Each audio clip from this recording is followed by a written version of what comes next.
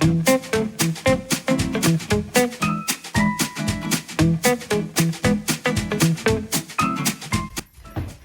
guys, good morning. So just an addendum to my last video on winter sowing. So I left some of the, it's like toothpaste, y'all. I left the cups in my sunroom, and look at all these windows. And then there's windows up here. So it gets really, really warm in here. As a matter of fact, because it's been getting warmer during the day, it's actually gotten to like 80 degrees in here. Well, guess what happened? I guess it started sprouting. Let me turn the camera around. Yep, the poppies, the purple peony poppies started sprouting. So I saw one outside. I saw one in here. So yeah, I'm gonna get these babies outside. It looks a little, I don't know, can't tell if it's just stretched out or what, but I'll put it outside. I mean, it seems to be doing okay. Nothing else has started to sprout yet that I've seen. But yeah, I was a little surprised this morning to see little green specks in the cups. So, oh, yeah, there's another one right there. So anyway, so happy Tuesday.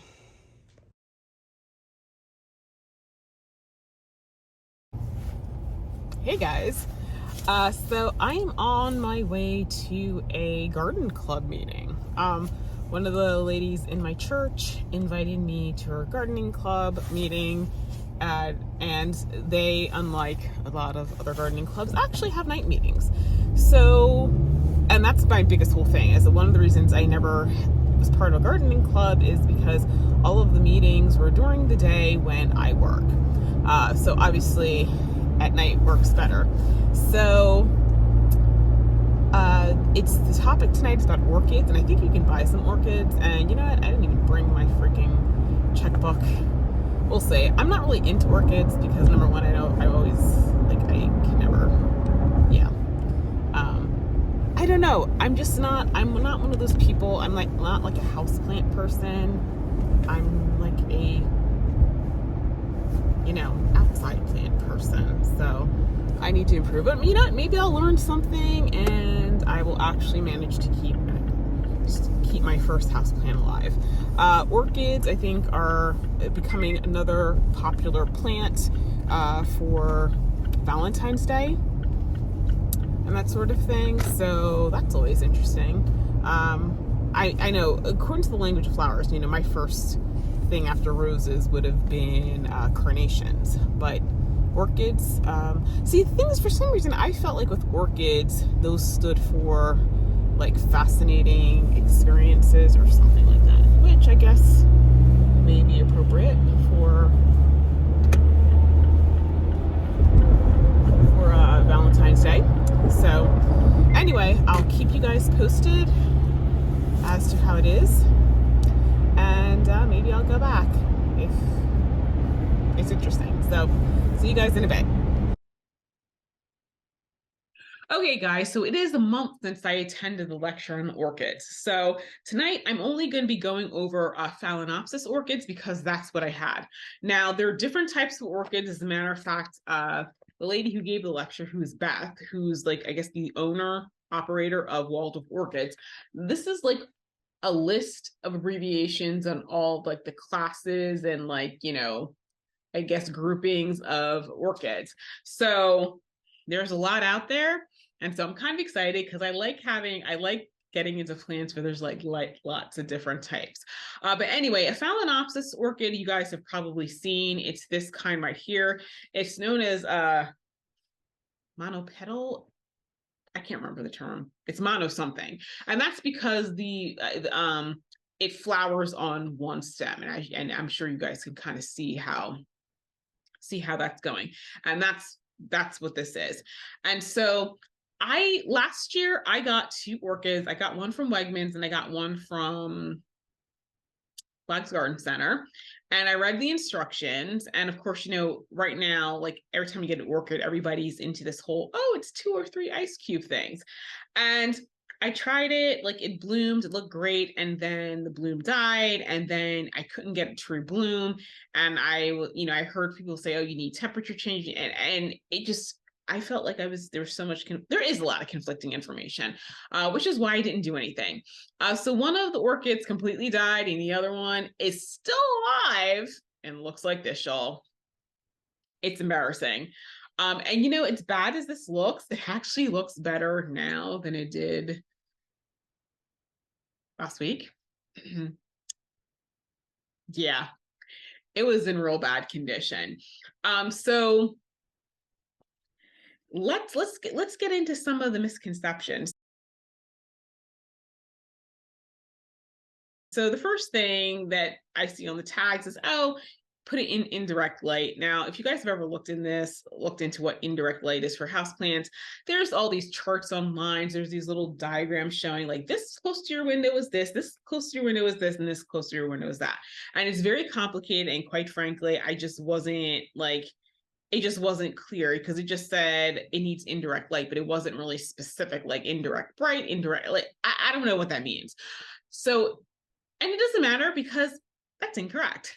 Per Beth, orchids either need two types of light. They either need to be grown in an east-facing window or a south-facing window. Now, the Phalaenopsis grows in an east-facing window, and so that's easy. It's only two people. It's really easy. That to me, that's just really easy. And basically, you can just put them on the windowsill. She said just put it on the windowsill because basically, during the day it gets warm, but at night it's gonna get cold at the window. And orchids really do need like a difference, like a substantial difference in temperature between day and night. And that's great for me because I live in an old house, so I've got drafty windows. So trust me, at nighttime, they're gonna feel it. So in my house, the east facing windows are on the front of the house. The front of my house is east. And then the side of my house is south. So my study is east facing windows at the front, and then it's north facing window. And then the grand salon, which is where I have botanical Christmas tree, the front window is east facing and then the side window is south facing. Now the room that I'm in is called the petite salon. And that's south facing windows. And then the dining room, which has that long bank of windows, that is south facing too. So she does give a list of what grows in east as opposed to south facing, but once again, I don't have those. I'm only dealing with the Phalaenopsis. So if you haven't been growing it in the correct light, you do have to ease them into it. So basically put it, in the room and kind of over a couple of days, move it closer and closer so that the plant doesn't burn. I've acclimated this one, so now it's at the window.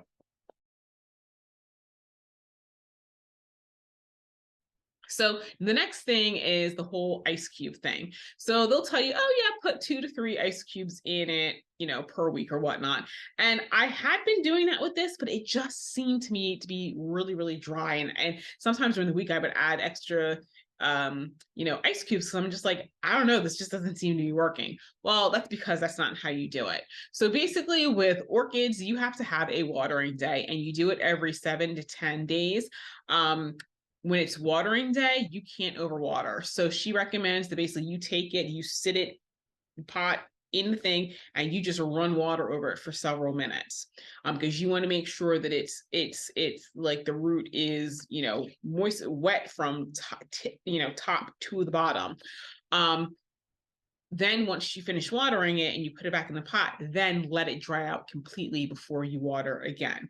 So it was kind of interesting because I was hoping she was going to address this whole ice cube issue, and she did. And it's kind of funny because she was trying so hard not to roll her eyes because I think she was just, she couldn't understand where people got that from because it was just like, yeah, that's not what you do. So this one, which is one that I won in a raffle they had that night, I've been watering faithfully every week like I'm supposed to and letting it dry out.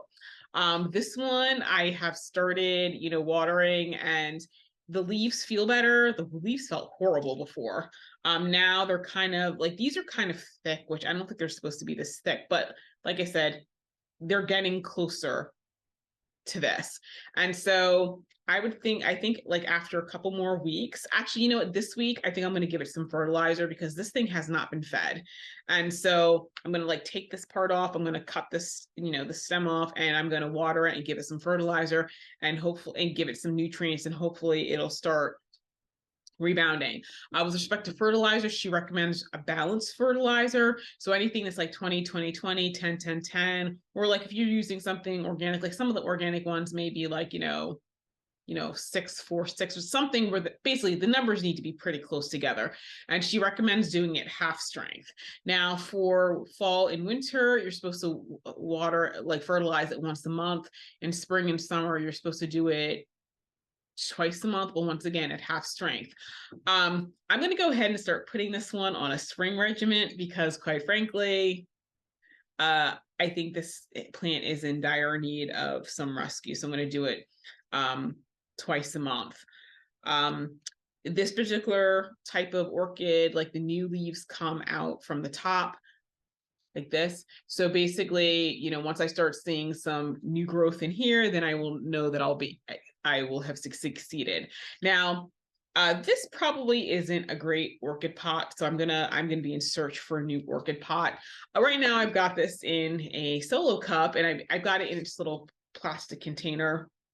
And I'm in search of a new orchid pot. There are some orchid mediums. Now, I know that, Lowe's has them.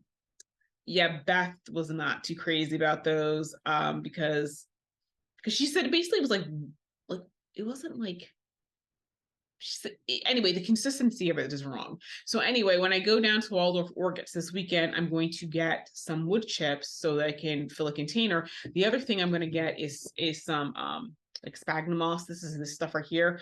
This has to be replaced every 12 to 18 months, and this one is definitely overdue. In terms of potting them up, you have to change their pots like every 2 to 2.5 years. And so basically when you go up to the next pot, you go like an inch to an inch and a half, because this is like most house plants in that they seem to prefer to be root bound. So let me check my little packet paper over here. Let's see. So this particular type of orchid, I don't think you're supposed to put outside. There are some orchids that can, like, I think she said anything that you put in a south facing window can go outside in the summer, but it has to be dappled light. It can't be direct light. But the ones that are in the east facing window, I don't think I can really put these outside. Or if I do put it outside, I'll be putting on my front porch in the hardcore shade. But I don't think I'm going to risk it. I think I'm just going to leave it indoors.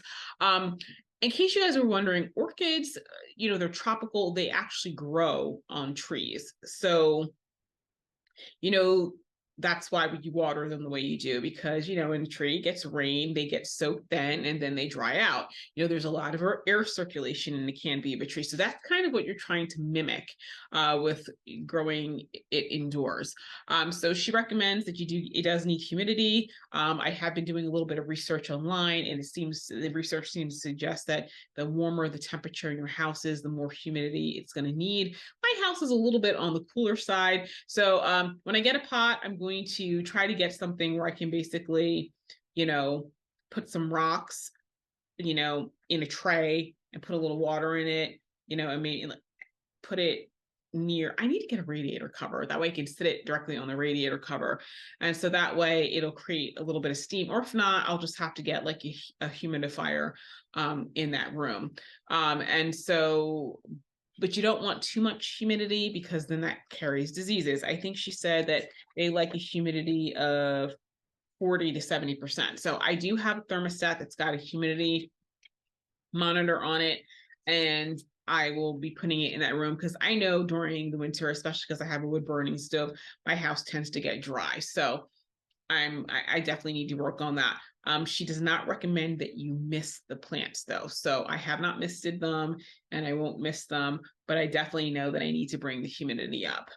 So let's see. So orchids, apparently there's orchids that like warm temperatures, which is 80 to 90 degrees in the day and 65 to 70 at night. Intermediate, which is 70 to 80 in the day and 55 to 65 at night. And then cool, which is 60 to 70 during the day and 50 to 55 at night. So most of them will grow in the intermediate range. I'm probably definitely on the low end of that. But like I said, it doesn't like this. I mean, it seems happy. you know, so because I think my temperature in my house is set at 68, and that room is actually a little bit on the cooler side. But it seems like it's doing well. So whatever I have going on, it seems to be handling it just fine. So I'm not going to go over grooming because I'm not there yet, and I don't want to, like, I'm not trying to overload you guys in this video. I may do it in a podcast where I can give you guys more instructions that I've, you know, learned. And obviously, when I'm ready to start doing things like fertilizing it and repotting it, I'll actually film a video. So this one will be monitoring. I mean, I will be giving you guys updates on this one because obviously I would like to keep it this way. But this is the one, this is the one we're gonna be trying to repair. So I'll be doing like monthly updates to show you how this one is doing. And so you know, maybe I'll bring the camera up and give you guys a really good look at how bad it is. And we'll see. I'm hoping that maybe like in July, it'll look better. Actually, let me just pull the camera over here.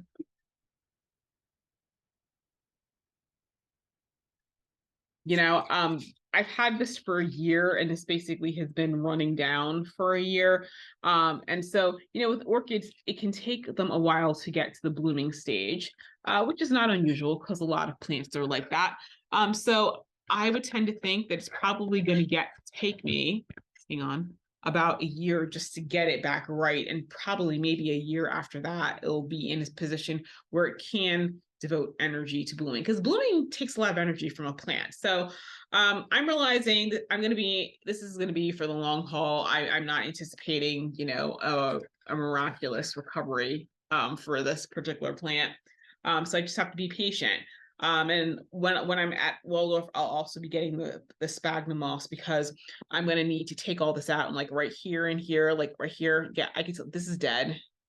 You know, this is dead. This root seems like it may be okay, but there's a lot of dead stuff that I need to cut out of here, you know, to kind of help, because you know, hanging on to dead stuff is not going to help the plant at all. So anyway, guys, thank you so much for watching. If you guys have not subscribed, please hit that button, give this video a thumbs up, and follow me. I'm learning. I mean, that's the whole thing with gardening. Gardening is an experiment. You're always learning, and this is what I want to learn. I want to learn how to grow orchids. I don't know about the rest of you guys, but you know, during the winter, I do get winter blues. I mean, it's bleak, it's just stark, it's bleak, everything around you is dead, and it would be so nice to be able to have, you know, bright, colorful things like this, you know, in the house that are blooming. You know, everyone who has orchids and has, you know, gotten the hang of it says that they're really easy to grow. And, you know, and right now I feel like, oh my gosh, it's a lot, but I'm sure it's like anything else that I've taken. Once I kind of got into it and got used to it, then it became easier. So, you know, maybe in a few years I'll have, you know, like little plant stands with my orchids over here and in, you know, various places in the house, and you know, it'll be just really pretty and tropical and cheerful, you know, all year round. Oh, one last thing. She did mention that like when it's in bloom, you don't have to have it at the window, but if you're gonna, you know, you can put it other places to decorate with it. But she said the most important thing is only leave it out of the window for a month and then put it back in. So right now I'm not going to do that because I just don't trust myself. Maybe once I get a little bit better at this, I'll try, you know, decorating with the orchids. And you guys can't even see my face, but who cares, because this orchid is a lot better looking than I am. So anyway, guys, thank you so much for watching, and I'll see you in the next video.